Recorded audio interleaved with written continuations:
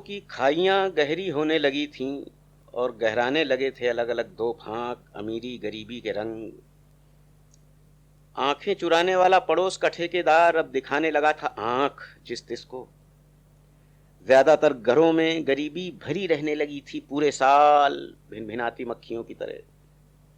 फिर भी कुछ अलग ही रंगत थी उन दिनों की कि निकलती थी प्रभात फेरी और नदी बहती थी। ऐसा था उन दिनों कि आत्मा थी, संताप था, देह थी, पीड़ा थी, दुख थे घनेरे फेरे जन्मों के, भरते थे भंवर जैसे भरता है वलय वलय घिरता घन अंधकार। यह सब था किंतु नदी बहती थी निर्विकार। यह सब था किंतु नदी बहती थी निर्विकार। तट था विटप थे पखेरू थे उनके बसेरे थे, नदी तट मुखरित था। तट था विटप थे पखेरू थे उनके बसेरे थे, नदी तट मुखरित था। नदी में उदात्त और शब्दमयी शांति थी प्रवाह की।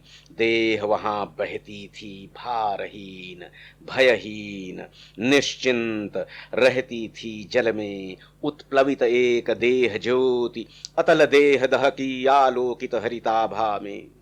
आज की तरह तब भी नीचे जल में गहरे रहते थे मगर और घड़ियाल, तिस पर भी निडर और निरातंक देह वहीं बहती थी, क्योंकि तब भरोसा था गहराई की उदात्त मर्यादा का।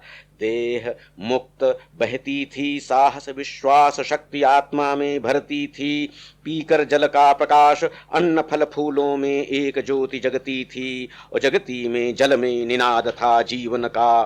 धरती हरी थी, जल था नीलाभ, जगमग जग उठते थे नभ में अगणित तारे।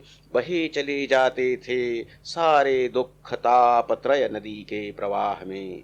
जगती में जल में निनाद था जीवन का, उसी की अनुगूंज यदा कदा संशय की तरह सनसनाती थी। बजता ज्यों सन्नाटा घने विटप के नीचे गहराती संध्या का उतरता रंग था। दिवा की अस्तमितिका इतिका हवा भी थी अथवा नहीं थी, न था वहां कोई भी स्पंदन। भरता था सन्नाटा घट घट में झींगुर सा संशय का झंकृत अदृश्य कीट। तट था विटप थे घने गहरे हरे दल वाले मोटे पात बटके थे।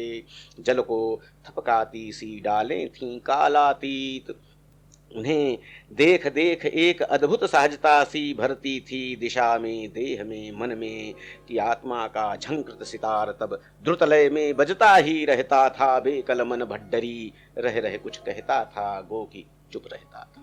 अकस्मात आया वो साल जब आया अकाल, और पानी उतारा हुआ गेहूं अमरीका से लाल लाल।